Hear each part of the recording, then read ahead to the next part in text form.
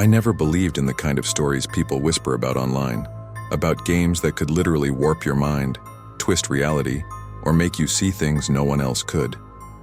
I was a gamer, and my life was a steady rotation of indie titles, nostalgia-fueled emulators, and classic console games. Sonic was my childhood. Sonic was speed, adventure, and fun. I thought I knew every hack, every mod, every weird fan game that could be downloaded off obscure forums, until I found him. It started on a Thursday night. I was scrolling through a thread on some old gaming forum that barely had active users, the kind of place where posts were months apart, and everyone spoke like they were in a secret club. Someone had uploaded a mod called Sonic.exe, the true ending. The description was short, almost banal, not for the faint of heart. Will ruin your sleep. Of course, that's exactly what drew me in. I downloaded it onto my PC without a second thought, ignoring every red flag, every warning buried in the thread. My laptop hummed softly, and I felt that familiar rush of excitement, like opening a gift I wasn't supposed to have. The first few minutes were normal. Sonic ran, jumped, and collected rings just like he always had. But then something felt off. The music wasn't quite right. It had a subtle distortion, a faint buzzing under the cheerful notes, like someone was whispering beneath the melody. I paused, but the game didn't. The rings started to turn black. At first I thought it was a glitch, standard corruption in a fan-made mod. Then the first shadow appeared. A dark figure, impossibly fast, darted across the level for a split second, leaving behind a distorted echo of a scream that wasn't part of the game. My fingers froze over the keyboard. I tried to exit. I hit Alt plus F4. I unplugged the controller. I even unplugged the laptop itself, but the screen stayed on. Sonic was staring at me from the main menu now, but not in the cheerful, blue-eyed way I remembered. His eyes were empty black holes, and his smile had stretched far too wide, teeth jagged like broken glass. And then he whispered my name.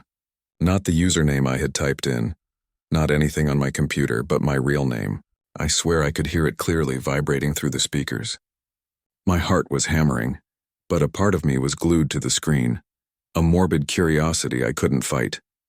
As I tried to stand up, the laptop began to behave in ways that no software should. The cursor moved on its own, dragging windows open, typing messages in Notepad. "Why did you wake me?"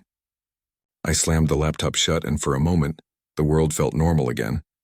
But then I heard it. From my living room came the faintest, almost imperceptible sound of running, fast, scratching like claws on the carpet. I live alone.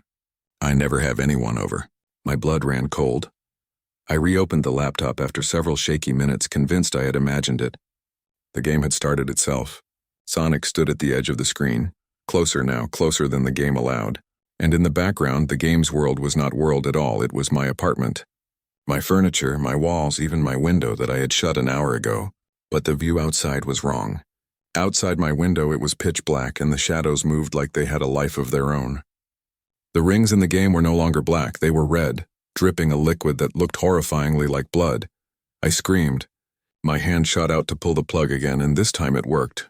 Or so I thought. The laptop went black. My room was silent. But the silence didn't last. My lights flickered, then died completely. I was in total darkness except for the faint glow of the laptop's power button. Then came the knock, just one. A soft, deliberate knock on the window behind me. I didn't want to look, but something forced my head to turn. The reflection in the glass wasn't mine. It was Sonic, or what used to be Sonic. His eyes burned into mine, black and hollow. His mouth stretched impossibly wide. Still whispering my name, I ran to the door, trying to grab my phone, but it was already on the floor. Messages appeared on the screen, typed out by some invisible hand. "You can't leave. You joined the game," I screamed, my lungs burning as the temperature in the room dropped rapidly. My breath came out in visible clouds, and I could hear it, my own heart beating loud and irregular, echoing off the walls. Then the sound of running again, closer, inside my apartment this time. I hid in the bathroom, clutching a knife I barely knew how to hold. Every rational part of my brain screamed that this was impossible, that I was hallucinating from fear or exhaustion. But then the whispers became louder, more insistent. "Play with me. Stay with me." And the reflection in the bathroom mirror didn't show me. It showed Sonic, standing right behind me, closer than any reflection should allow. I spun around, knife raised, but nothing was there. By morning, I was shaking uncontrollably. The laptop was gone.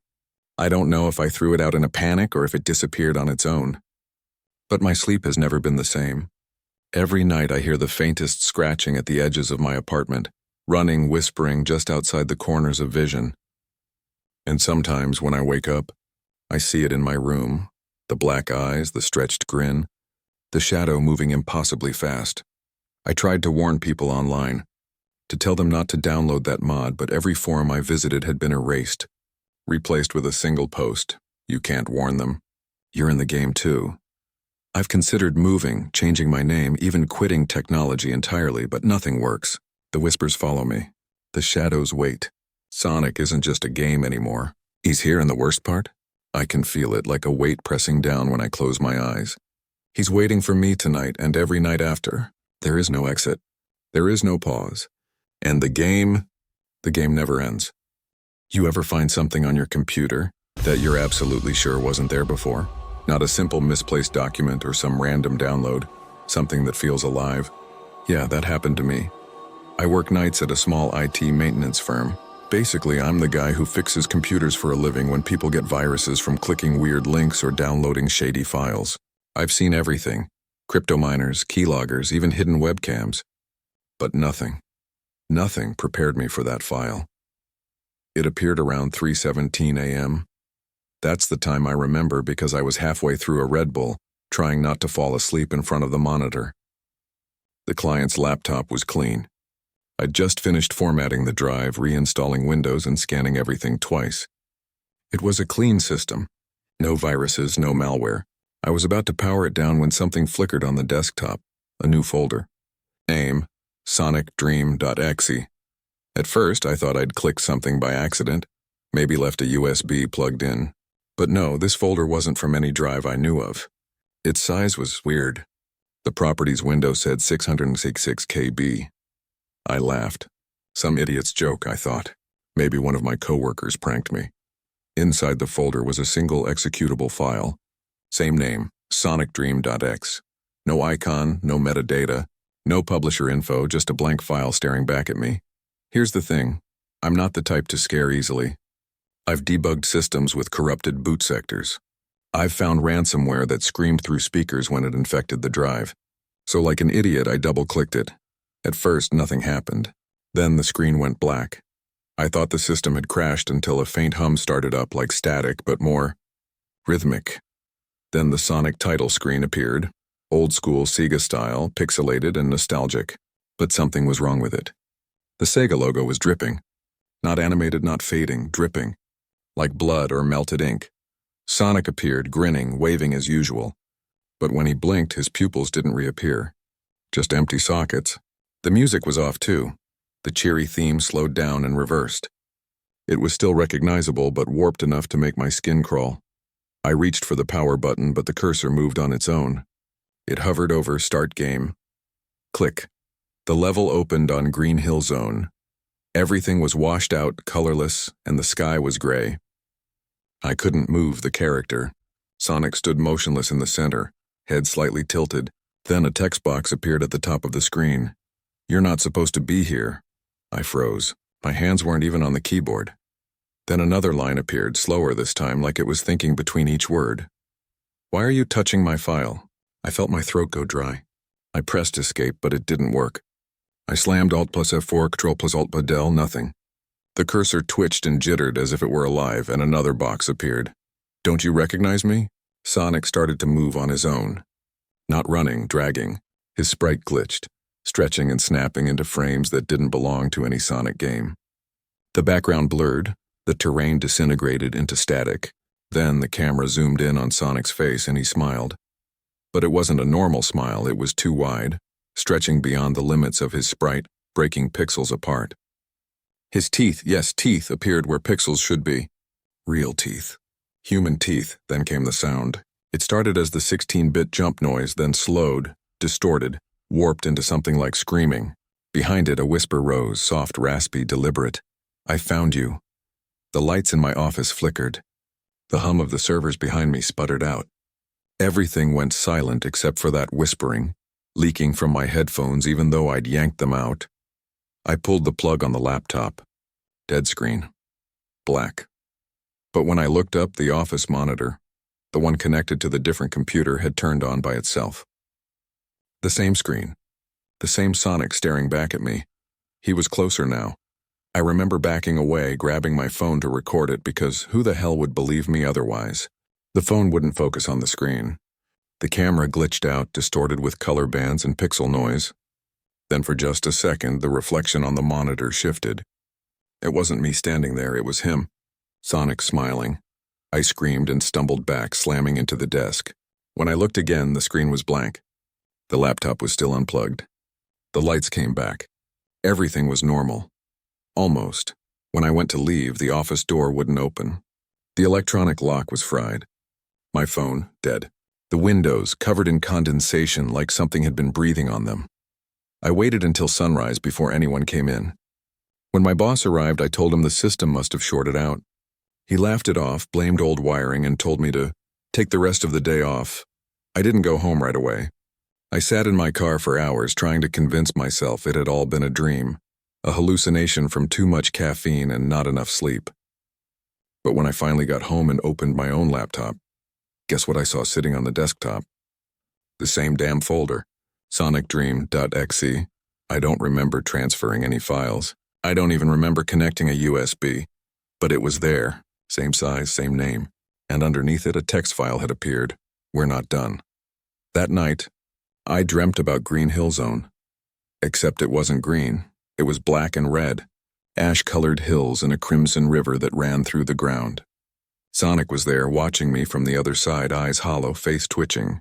When I woke up, my bedsheets were soaked in sweat and my laptop was open again, running that same goddamn game. But this time, something new appeared on the start screen. My webcam light was on. The game loaded me into what looked like my own bedroom, pixelated and twisted. Sonic stood at the foot of the bed, staring. His mouth began to open, impossibly wide, the pixels tearing apart as if the game couldn't handle the movement. He whispered something I didn't understand, some mix of binary code and garbled noise. Then the message appeared again. You shouldn't have touched my file. The laptop screen went white. The speaker screamed, a horrible, distorted roar that sent me stumbling backward. The power flickered, and every light bulb in my apartment blew out at once. When the silence finally came back, I realized I could still hear it faintly, somewhere inside the walls. Running. That same fast, light clawed running. It's been 3 nights since then. I don't sleep much. The file keeps reappearing no matter how many times I delete it. I even smashed the hard drive once, physically destroyed it with a hammer. The next morning, my work computer had the folder again. My boss called me, asking why I'd sent that Sonic game to the company server. I swear I didn't. He said it crashed their entire network. They fired me the same day. Now I stay off the internet, off devices, but it doesn't matter. He's still here. I see him sometimes in reflections, dark twitching shapes behind me. When I walk past my TV, I swear I catch a glimpse of the blue blur in the corner. And when I close my eyes at night, I hear him whispering, "You're part of the dream now." I don't know if it's a virus, an AI, or something older, something that lives inside data itself, feeding on those who open the wrong file. But whatever it is, it's growing. I've seen people online talk about it too. Random users claiming they found strange Sonic files on their devices that won't delete. Most of those posts disappear within a day. Some of their accounts go offline completely. Maybe it's all connected. Maybe the game is spreading like a digital infection, hiding in downloads, lurking behind innocent nostalgia. But the real horror isn't the game. The real horror is that every night, around 3:17 a.m., my monitor turns on by itself, and I see a faint reflection of him, smiling, waiting like he knows I'm still here. And sometimes, when the static hum starts to rise, my speakers whisper something new, almost gentle. It's your turn to make a copy. And that's when I understand. This isn't just a game. It's a transmission. And it's never going to stop. I don't even know where to start. At this point, nothing about my life feels real. I've deleted every file, smashed every device, avoided computers, TVs, phones, anything that could connect me to the outside world. But it doesn't matter. He's already here. He's been here in one form or another for months, and now, I think I'm starting to understand just how far it goes. It began ironically, the night I thought I had finally escaped. I moved into a new apartment in a different city. No internet, no smart devices, nothing that could carry a digital infection. I thought distance, time, and avoidance would be enough. I even stopped gaming altogether. I told myself it was all in my head. But the first night, just after midnight, I heard it. A faint running sound. Light, fast, scratching against the wooden floor. My new place had only bare boards in the living room, and the sound echoed, bouncing off the walls. I froze, my heart pounded. I knew it immediately, it wasn't the building settling. I've heard that sound too many times now, and I knew who it belonged to. I tried to convince myself it was a rodent, a stray cat, anything. I told myself to turn on the light, but I couldn't. Some part of me knew that if I illuminated it, it would see me. And the running continued, circling the room, sometimes stopping for a second like he was listening to me breathe. I sat up in bed and noticed my reflection in the blackened window. At first it was just me, but then in the corner of the glass there was a movement. A flash of blue, a wide unnatural grin, black hollow eyes. My stomach turned. I tried to scream, but nothing came out.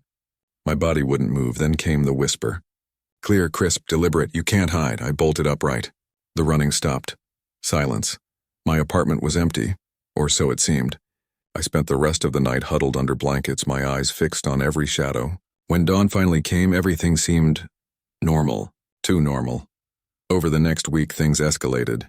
I would find the faintest pixelated scratches in the corners of mirrors, tiny digital glitches etched into reality. My walls sometimes flickered as if they were a screen. Sometimes I'd see him in peripheral vision, crouched, grinning, moving impossibly fast, disappearing the moment I looked directly. I tried to tell someone, my sister, my best friend. But when I opened my mouth, no sound came out. On the rare occasions I could speak, they looked at me like I was crazy. And then just before leaving, I'd catch it. His eyes, black and empty, watching me from a window or reflection. And they never blinked. I started writing things down, hoping that if I documented it, I could make sense of it. The sounds, the shadows, the whispers.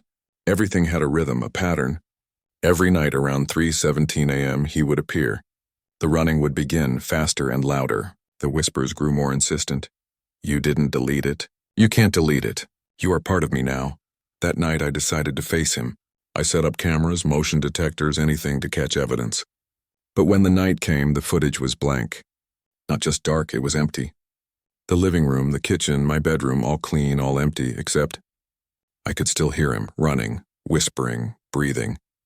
Then in the middle of the night, I woke to my laptop open. I don't know how. I had no devices connected. The screen displayed the game, but not like before. The world had changed. My apartment was inside the game.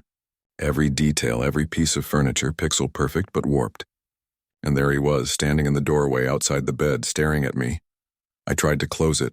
Alt plus F4 didn't work. The power button didn't work. He was moving closer, pixelated, glitching, impossible.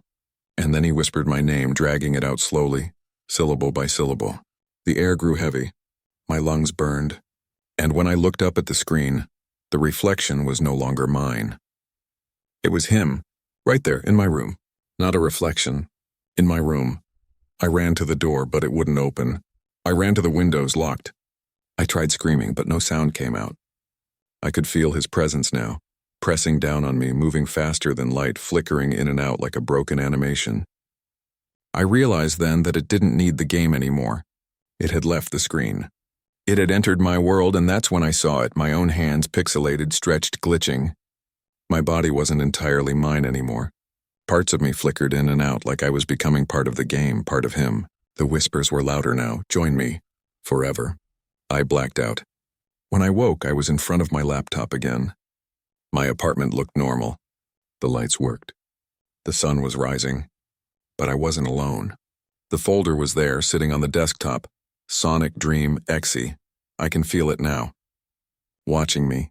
Waiting. And I know with bone-deep certainty that it's in your room too. That file, that game, that thing. It doesn't need your permission. It doesn't need your system. Once it's seen you, once you've touched it, it never leaves. And the whispers are always there, soft, almost sweet, promising speed, adventure, escape. But the promise is a lie. It's not a game anymore. It's a life sentence. I've tried everything. I've moved apartments again. I've destroyed electronics. I've avoided screens. But tonight I feel it again. Running somewhere behind me faster than I can track. And I know I will never be alone again. Because he's not a character. He's not a sprite. He is the virus, the shadow, the thing that waits. And it's coming for you next. If you're reading this, don't search for it. Don't download it. And whatever you do not open Sonic.exe. Because once you do, he's in your room.